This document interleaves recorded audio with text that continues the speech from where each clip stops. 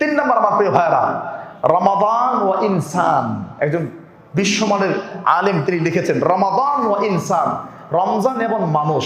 এটা আবার কি দেখেন তো, এটা দিয়ে উনি বোঝাতে চাচ্ছেন আপনার সন্তান পৃথিবীতে আগমন করার পরে আপনি যেমন আনন্দে আত্মহারা হয়ে যান, রমাদান যখন আগমন করছে গত 30 দিন আগে মুমিনরাও আনন্দে আত্মহারা হয়ে গিয়েছে।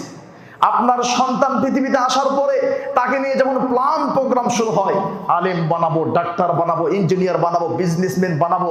আমরা যারা ইমানদার ছিলাম গত 30 দিন আগে রমজানকে কেমনে কাজে লাগাবো, তাহাজ্জুদ পড়বো, তারাবি পড়বো, দান করবো, এরকম প্ল্যান প্রোগ্রাম করেছিলাম।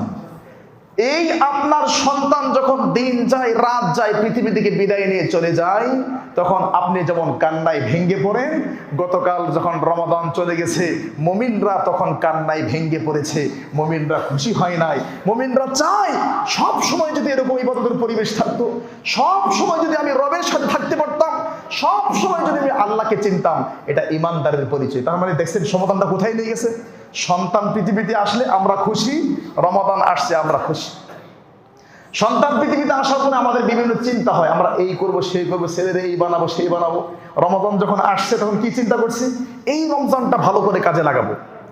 এবার সন্তান যখন পৃথিবী থেকে চলে যায় আমরা সবাই কান্নায় ভেঙে পড়ি।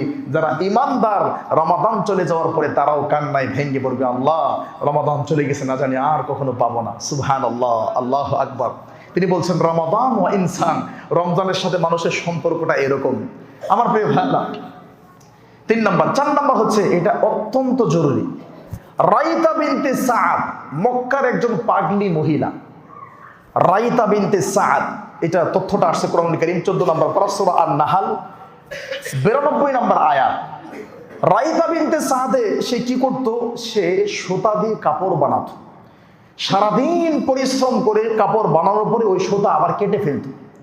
তো আল্লাহ বলছেন ওয়ালা তাকুনু কাল্লাতি নাকাদাত গজলাহা, তোমরা ওই রাইতা বিনতে সাদ মহিলার মতো হয়ো না, যে কাপড়টা সুন্দর করে তৈরি করলো আবার কাপড়ের সুতাগুলো কেটে দিল। তার মানে আমরা যাতে সারা মাস রমাদান পাওয়ার পরে 30 দিনের সিয়াম কিয়াম তারাবি পড়ার পরে আমরাও যাতে আমাদের এই সিয়াম এবং কিয়াম গুলোকে হারাম অন্যায় কাজের মাধ্যমে নষ্ট না করে ফেলি। সুবহানাল্লাহ। 4 নম্বর শিক্ষা কি? রাইতা বিনতে সাদ যে পাগলি মহিলা পাগলামি করতো। কি পাগলামি করতো? সুতা দিয়ে কাপড় তৈরি করতো, আবার সেই সুতাগুলো সুন্দর করে কেটে ফেলতো। মানে সুতা কেটে ফেলে মানে কি? কাপড়টা নষ্ট করা, সারাদিন পরিশ্রম নষ্ট করা। আল্লাহ বলছেন তোমরা রাইতা বিনতে সাদ পাগলি মক্কার সেই মহিলার মতো হয়ো না। 1 মাস সিয়াম রেখে এই সিয়াম কিয়াম তারাবি দান সদকা সবগুলোকে আবার নষ্ট করে ফেলো, এরকম তোমরা হয়ো না।